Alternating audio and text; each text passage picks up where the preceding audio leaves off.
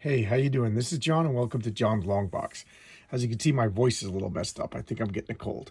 All right, I'm back now. I had a couple of days. I took a couple of days off because work got crazy. The customer at work asked for some last-minute changes. Everything went berserkowitz, and I worked like 16-hour days. I just came home. Last night I came home. I slept for 2 hours and went back to work. Excuse me while I take a drink.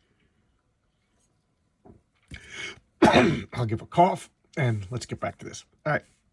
So somebody requested Marvel Team Up 76.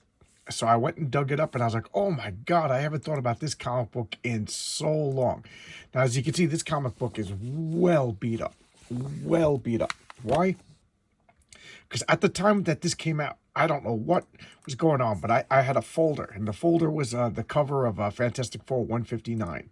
And what I would do is I would bring that folder to school, and I would stuff it with comic books. So I had one folder for work stuff and one folder for comic books. And this just lived in that folder for, I would say, like most of the year. I think that was third grade, maybe fourth grade. And I would lend them to other people to read. So this was read by like everybody in my class, you know. I didn't care. And a funny thing is I didn't understand comic book collecting at the time. I just bought whatever comic books appealed to me, you know. And my friend Sean, my friend Carl, like, no, when you collect comic books, you got to pay attention to the numbers. You got to get them in the right order. And I was like, really? I didn't know any of that. I just got like, okay, I like this comic book. I like that comic book. And it's funny that I love this cover. And I noticed right here, I didn't notice this until just when I took this out. John Byrne, Terry Austin. So there you go. John Byrne, Terry Austin. I got their comic books. They were some of my favorite covers of all time before I even knew the names. Because at this point, I wasn't paying attention to writers, artists, or anything. And please, guys, forgive my voice. I just wanted to make a video, even though my throat is killing me. I'm off for 3 weeks, and I'm sick. Maybe I'll feel better in the morning.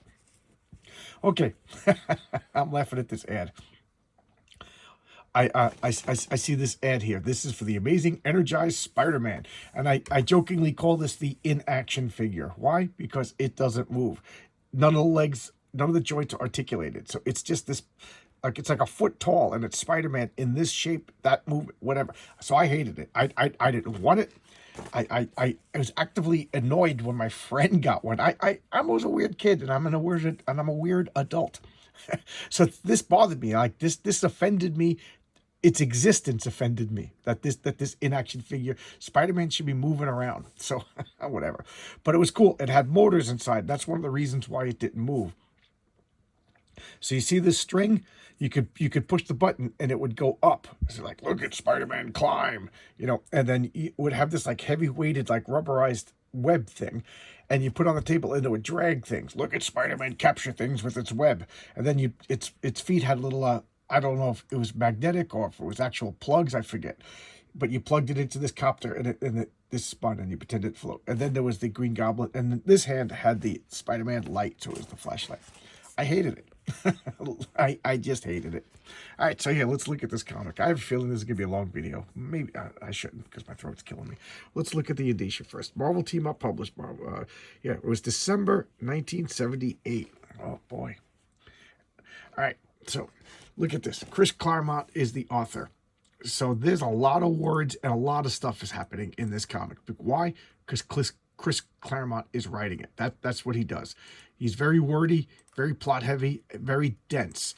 And I got to say, Chris Claremont taught me how to read, you know. Reading his comic books, it was like, to me, it was like as dense as reading like a Shakespeare novel or something like that. So there you go. All right. Howard Chaykin and Jay Aslan and Jay Ortiz, artists. Okay, that's Howard Chaykin. Pardon me, guys. I really I wanted to make a video. My voice is killing me. Howard Chaykin. Obviously I had this comic and I knew this art, but I didn't know the name Howard Chaykin at this point when this comic came out. Pretty much the last time I read this comic, I didn't pay attention to credits, so the name Howard Chaykin didn't mean anything to me. But Howard Chaykin became a big deal to me with American Flag. And I made a video of American Flag #1. And I talked about how American Flag was a big freaking deal. It was my first comics. another comic that another company. I wasn't a fanboy, but I really respected them. They were like Eclipse to me, that like an important comic book company that uh I always looked at their stuff, but I didn't always collect it. But I thought it was important stuff. So there you go with that. And he did this comic called American Flag, and he wrote, drew. I think he even lettered it and colored it. You know, he did everything for that comic, and I think it like his health suffered for it because he was just like nothing but a comic book producing machine at that point in his life, and I. I maybe the first 2 years, maybe the first 3 years of that comic was super, super important, very influential. I should probably go back and revisit that. But anyway, American Flag. So after that, I became a Howard Chaykin fanboy, and anything that he made, I would buy. So there you go. And here I am buying his comics, and I didn't even realize that there was something in, that the guy was a talent of importance. Geez, I can't talk today. I'm sorry. At the time, because I was what, 76? I was 8 years old. All right, so there we go. So here's the silhouette of Spider-Man jumping. Oh, and Bob Hall, editor, Jim Shooter, editor-in-chief. Should I go on my Jim Shooter rant? High point of Marvel Comics. That's all I'm going to say. I love Stan Lee, but I think Marvel comic books made the creative peak under Jim Shooter. Bob Rosen letterer, and Carl Safford colors. I don't know if I even know that name, Carl Safford. All right, so here he is. Spider-Man swinging around. I'm trying to pick it up. 6 minutes in, I didn't even turn the page yet. And what is he's swinging by the Sanctum Sanctorum. So for those of you who are new to comics or new to Doctor Strange, this is his home. This is just where he lives. It wasn't given to him. I don't know how he got it. Maybe he just bought it, whatever. But it's not part of an organization. It's just his house. And he puts spells around it so that you don't notice it unless you need to notice it. So there's Spider-Man swinging by. Doctor Strange is like, that's weird. And what do we have on the table? Poorly drawn, poor perspective of tarot cards. And that's Clea. I think she was played by Charlize Theron in the after credit sequence of the new Multiverse of Madness movie. And there's Doctor Strange and her, and they're having a little tiff. They're just fighting, and because of that, she's like, "Oh, okay, I'll walk out of the room. I'm mistaken." Blah, blah, blah, blah, blah. And he's being an oblivious jerk. So neither one of them, in my opinion, are correct. And the orb of Agamotto goes to light up. Is that in the movies? I kind of forget. The orb of Agamotto is a globe, and inside it has an image of the Earth, and it tells you where Doctor Strange is needed. It's the MacGuffin device. Mesquite, Illinois just lit up. So Doctor Strange got to go to Mesquite, Illinois. So it's kind of like an easy plot device. We don't have to do any work. We could just have the good doctor go there, and because he doesn't have to discover it for me. It's just magic. So here's Spider-Man dressing as my friend Pete, and he's my friend. I said this in the other video. Pete's my friend. Doctor Strange is my friend. And he's chugging along down the street next to like maniacs dressed up in I don't know, film noir outfits from the 40s. And here's Doctor Strange contemplating these cards. And for Sorcerer Supreme, he's being pretty darn oblivious. He's not this is like the equivalent of like the phone just going like danger alert, and he's just not looking at it. Why? Because he got sent these tarot cards that are imbued with mystical energy, and they're showing him something important. And what are they're telling him it was no coincidence that Spider-Man swung by, because magic and whatever super magical MacGuffin stuff. So he's fighting with Clea. He's not seeing the orb of Agamotto because of plot reasons. And this chick is just getting off the bus. Dun, dun, dun, dun, in the nice 70s clothes, and she bumps into Wong. So this girl just bumps into a Wong and knocks over his groceries. And she's like, that's Wong, that's Doctor Strange. And he doesn't recognize her, but she recognizes them. Why? Because they met after Defenders 57. Why is that important? Well, we all know that Carol Danvers becomes Captain Marvel, but at this point she was Miss Marvel. And she was fun, she was energetic, she was flirty, she was competent, without being an overbearing jerk. And I just really liked the character. She was feminine, but tough, and fun. She was like the equivalent of like Hawkeye. She enjoyed being a superhero. She kicked your butt, but she had fun doing it. Yeah, there you go. And Hawkeye was a lot of fun at this point. So here she is helping along with the groceries because of plot. And now she's coming back to apologize. Maybe I was wrong. Doctor, he's got a lot of responsibilities. Jeez. And then Monster shows up. Stefan. And I remember as a kid, I used to call him Stephen Strange, but his name was Stephen Strange. Demons of Danak. And look at this freakazoid comes out. It comes out of the eye because Doctor Strange ignored it for too long. And as we learned that the danger itself was within, there's like a little subdimension within the eye of Agamotto. And something was attacking the eye of Agamotto. He ignored it, and demons did not come out. And tentacles are just gropey feely. We got a little hentai action over here. They're going after Clea because that's what tentacles do. Look at these ads. Look at these ads. 60 years old. Fact Jackson's dead. Coconut stamp. Be a draftsman. A fun fact. I just get sad when I see the Fun Factory ad that small. And I do miss the ads in comics. That's one of the reasons. And when you get CGC'd, you're never going to see that stuff. I've been on a CGC, anti-CGC tirade, forgive me. So they're still talking to packing up the groceries, and he's being summoned by Stefan. So he's like, I got to go. And he's like, he sounded terrified. Now he's running off, leaving his groceries. So what is Carol Danvers going to do? You guessed it. She's going to deliver the groceries. That's how she gets involved in the story. So now Mr. 40's noir villain just goes running down the street. His spider sense is tingling. My pal Pete. Yes, he's my pal. And I get to say that. I have the right to say that, because I grew up with Pete, since I was 8 years old. He's like, he's going to Doctor Strange's house. And there he goes. And I've been rewatching some of my old videos, and I have a long commute, and I'm all caught up with the Fourth Age. So I watched every one of his videos. So now I got some free time on my commute to rewatch my own pathetic videos from the beginning. Oh my God, they're so bad. But there's one thing that I said in my very first video, which was a Marvel team up. So that's why it popped into my head. And reading the comments, I saw that this was requested, and then I never honored that request. So forgive me, whoever made that request. That this is Peter Parker. This is Spider-Man. He's not some wimpy chump. He's not some sliff of a man that they keep showing these days. He's not some, like, I was gonna say like an offensive word, but he's not that. He's a powerful house. He's a powerful house. He's a powerhouse. He could hold his own against anybody. Spider-Man, I think is he walks that fine line between top tier powerhouse and street level. He could easily beat any of the street level Marvel guys, like say the Punisher, Daredevil. Even Daredevil's a little above, but like I'd say Spider-Man hands down could beat Batman. Fight me. Spider-Man could beat Batman. Let's talk about that in the comments. Could Spider-Man beat Batman? Yes, of course. Batman's the god of prep time, and if he knows the fight's coming and he can prepare for, I'm talking about, ba-boom. Nobody's ready. What the superhero mistaken identity or whatever. There you go. They never knew each other existed. Now they're fighting, and who would win? Spider-Man. Okay.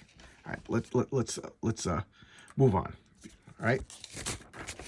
We got these again. This Corgi ad. It's like cars, and it had like monster stuff. The Spider-Man camera, web shooters that were suction. I had these. I loved them. I never had this. That would have been fun. That would have never been fun. It's fun. It's fun to chew bubble gum. Okay, I'll take your word for it. Blammo, soft and sugar-free bubble gum. All right. So Spider-Man comes in, and one of the things he says and notices is that he just walks right into Doctor Strange's house. So either he was like welcome in the house, or the defenses are down. He's not sure which, and we shouldn't know which way either. That's called suspense. So he's like, "What's going on?" And he look at the body's all beat up. And Spider-Man, his spider senses kicking in, and ta-da! We got Carol Danvers in one of the greatest superhero costumes of all time. I don't care what you say. I take that back. I don't mean to be combative or aggressive. I was trying to be funny, and it didn't come out right. But that is a great costume. That is just a great superhero costume. Simple, elegant. Simple, elegant. She's a woman. I'm old-fashioned. Old-fashioned man. She's sexy. She's curvy. Look at her shoulders. She's in shape. She's athletic. She's got a good, athletic, sportswoman's figure in this costume that, by today's standards, I don't even think that's suggestive. You know, that you know that covers more than most bathing suits. So there you go. It's cool. She's cool. At this point, she doesn't have the laser beams and stuff like that. Her powers constantly evolve. Power creep happens. Superheroes get more powerful. So now Spider-Man and Captain Marvel are teaming up to help, and Wong are teaming up to help Doctor Strange and Clea. And I'm trying to turn the page. This comic is really beat up. I think it's coming across a lot better in the video than in real life. This Herbie the Robot. Oh God, I just felt a wave of anger. The Fantastic Four, my favorite. They're my favorite of all time. That's my favorite comic book. It's the comic book I have the most emotional investment in. And oh my God, they never got the breaks. They never got a good cartoon. And then instead of the Human Torch, they put Herbie the Robot. Now, the rumor has it, when I was a kid, was that they had Herbie the Robot because they didn't want little kids to light themselves on fire. And I bought it. I was like, all right, I'm not going to light myself on fire. But then again, you know, I guess I could see why a cartoon company wouldn't want to set up themselves to be put in that position. The truth was that the Human Torch was licensed out to another company for another cartoon that never materialized. So there you go. There's the truth. And look at this. Look at this dog ear. Oh my God. I told you this comic, you know, it's been passed around to all the kids in my class. So let's look at the names. I always like to look at the names of the letters page just to see if I recognize any names, because sometimes you get like a creator who grew up becomes a writer, and then fine, you know, let them, you know, they to me that's proof positive that they should be drawn, or okay, maybe drawn too, but writing Spider-Man, because if they cared enough as a kid to write the comic, to write to the, you know, that just means they have emotional investment. Again, forgive my throat. It's driving me crazy. It actually hurts. All right. And all right. So I just think it's long outside. I work outside. Construction worker. All right. So this is not a cell phone. What is it? Oh, it's the box of cards. And he cast a spell of rejuvenation on himself. So even though he's all beat up and his clothes were all ripped up, he's as cool as a cucumber right now. But he can't cast it on Clea because she's trapped in some sort of, her soul is drained, so there's no soul to regenerate. So like her soul is within the orb of Agamotto. So that's the eye of Agamotto and the orb of Agamotto. And when Doctor Strange originally showed up, he had like a squarish amulet, and that was called the amulet of Agamotto. And he is, I think, was Agamotto one of the three Vishanti? I forget. But there you go. All right, so now they're transported to New Orleans. So he waves his hands, and boom, boom, he's in New Orleans. Now look how much dialogue. Okay, chapter 2. We're about halfway through this comic book. Look how much happened already. Look how much setup. Look how much, you know. So I could rave and rant and rave, but whatever. So he casts a spell to obfuscate everybody. So he's just that guy. Carol Danvers becomes her. Peter Parker becomes that guy. And now what, Doc? Now he's just going to wiggle his fingers, and they go flying to this dilapidated shack in the swamps. And they are in New Orleans. So, of course, they open up the door, and here's Marie Laveau. Am I all right?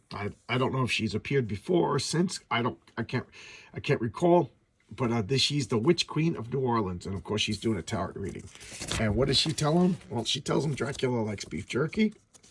She's telling him Camelot and grit. That's what she's telling him. And he's like, I don't like grit. Get your grit out of here. And she's like, but don't you understand? Grit is the most popular magazine outside in rural areas. No, that's what Grit was, but I'm joking. So she's saying, I sent you these tarot cards as a, you know, I magicked them over to you, and then you ignored them. And now what you got to do is you got to take this book, which the Necronomicon is based upon. So this even more evil than the Necronomicon, you know, because, you know, level jumping. Because your old foe, the Silver Dagger, is attacking you. And he's like, no, not the Silver Dagger. Silver Dagger was a, I think, a minor Doctor Strange foe who, he was the first one to infiltrate the dimension inside the orb of Agamotto, and, you know, Alice in Wonderland stuff. He barely escaped. And when he did escape, he earned the title of the Sorcerer Supreme. So here we got looks like freaking pirates are attacking. Ninjas and pirates with scimitars and stuff, because whatever, it's New Orleans, everything's crazy. And she's drinking around, talking everything, and, this is what you got to do. So he pulls out the eye, and the Boltons happens. We all eat cupcakes and Twinkies and get baseball cards. My voice. I'm going fast, guys, because my voice is hurting. And he's inside the orb battling for the soul of Clea. And she's going to be burnt as a stake in this phantasmagoria world created by Silver. Silver Dagger is like controlling the artificial reality within the globe. He's going to burn her. And I think I skipped a page. I didn't. I don't know. My memory's playing tricks on me. So she's like, "What are you doing? We gotta get her out of here. Here comes these guys." And the cards are gone. And now what is he's doing? He's casting the spell, and he's gonna project him physically inside the orb to rescue Clea, because Doctor Strange is not there yet. Like, huh? So the next issue is the stunning conclusion of Doctor Strange, Spider-Man, Miss Marvel team up. And I guess the magic affected her, so her skin, she went from a black woman to a white woman because of magic. It's just a coloring mistake. I'm being flippant. Super hang-ups. Now, it's concluded next issue, but look how much happened in this. This is Chris Claremont. Chris Claremont is like the closest to like purple prose you're going to get in a comic book. I used to joke around that he got paid by the word, because he's very verbose, very plot heavy, very character. I love the guy. Now here, I'm going to say something controversial, because why not? Who is the better comic book writer? Not writer, because Chris Claremont is the better writer, hands down. But who's the better comic book writer? Chris Claremont or John Byrne? And at first you're going to go Chris Claremont, but here's my argument. Chris Claremont did this great Marvel team-up run. Then he did X-Men that was groundbreaking, famous, wonderful. I cannot say the praises of that enough. Then what? He went back to X-Men. It wasn't that good. He did the Fantastic Four, which was one of the worst Fantastic Four runs I could think of. And then what? I think he writes novels now. And I also heard that he gets money from Marvel. Marvel just pays him not to go work for his competitors. So he just gets like a stipend from Marvel not to write. Whereas John Byrne went from, he called himself the art robot on the X-Men, to a co-plotter, to actually like co-writer. And then he went and wrote Fantastic Four. He wrote Namor. He wrote She-Hulk. He wrote Next Men. And I know I'm leaving out stuff. I know he wrote other things, but everything he did, he also wrote really bad Doom Patrol. But that, we'll forgive that. Oh yeah, and Chris Claremont wrote the worst run of Generation X, or Generation 13 rather, Gen 13. It was just god awful. So there you go. You already know how I feel. It's John Byrne for me. It's John Byrne. And Alpha Flight. Jeez, John Byrne was the better comic book writer, because the proof is in the pudding. What else do you want me to say? But there you go. Nothing against Chris Claremont. I love Chris Claremont. I'm not saying one's great and one's awful. They're both great. We're talking about Titans over here, okay? Which all right. So no disrespect to Chris Claremont, although I'm sure he would hate this. All right. So I just would like to say that RJ over at the Fourth Age, he did his interview with Sargon of Akkad, and I think like that's great. That's like the circle is now complete, because I heard of RJ from watching Sargon of Akkad. Now, I don't seem like it, and I don't talk about it a lot, because to me it's kind of arrogant, but I have a degree in ancient history. I wanted to be a college professor, so I have a degree in Greco-Russian. I can't even talk. I have a degree not in my mouth. I got marbles in my mouth. That's what I got. But I have a degree in Roman and Greek history, ancient history, and I wanted to be a college professor. I wanted to teach history. So when I heard that Sargon of Akkad did a lot of, I was like, who is this guy, Sargon of Akkad? It's a chat. And at first it was like video game stuff, and I'm not into video games, so I didn't really particularly care. But every once in a while he would talk about ancient history, And that's when I started to get interested in the guy. And then he, so I listened to him for years. And then one day he mentioned this guy, RJ, from the Fourth Age. I was like, oh, he mentioned that he does comic book stuff. So I was like, okay, so I'll check him out. And I've been a fan of both of them ever since. So it's kind of neat to see them talking to each other. It was I just listened to it before recording this video. It was very, very interesting. They just needed, a guy with a huge comic book collection to fanboy over both of them. But anyway, I digress. So there you go. Check out RJ over the Fourth Age. I'm a big fan. I'm unabashed fanboy of both Sargon and RJ. So it's kind of neat. It's kind of like two friends hanging out. It makes you feel good. Even though Sargon has no idea who I am. Just like Peter Parker doesn't know who I am. I spent enough time with these people that you develop a little bit of a, illusion of friendship. That's a good way to describe it, the illusion of friendship. So anyway, if my voice feels better, I will do the Sunday comics this Sunday. I think I just need a good night's sleep. I only got 2 hours of sleep last night, so and 16 hours of work both days. So maybe that's why I got bruises. Look at that. I got bruises on my arm. My thumb still hurts. Oh man, I just had my legs are killing me. A lot of work. All right. But enough. I don't mean to complain. I don't like complainers. But I'm just stating facts. All right, so there you go. So this Sunday, when I wake up, I'm just going to set up my coffee pot over here. I'm going to have my cream and my sugar over here. And, I'll drink a cup of coffee after cup of coffee after cup of coffee. We'll talk about comic books. I'm going to do it live so you guys could talk. Maybe somebody could point me on how to invite people. And if somebody's there that wants to talk, come on the show. No cursing. Nothing dirty. It's comic book related. Let's keep it family friendly, and we'll see what happens. I keep in mind I have a board game thing that I do on Sundays at 12. So, I'll whatever time I wake up, I will be stopping around 11. I gotta go clean up and get ready for this thing. It's only around the block from the house, the venue. All right. So thanks a lot. I'm rambling now because I'm way overtired. Let me know how I did on this video because, again, I said I wasn't going to do videos when I was tired, but I felt there was too much of a gap. All right, so thanks a lot. See you. Bye-bye.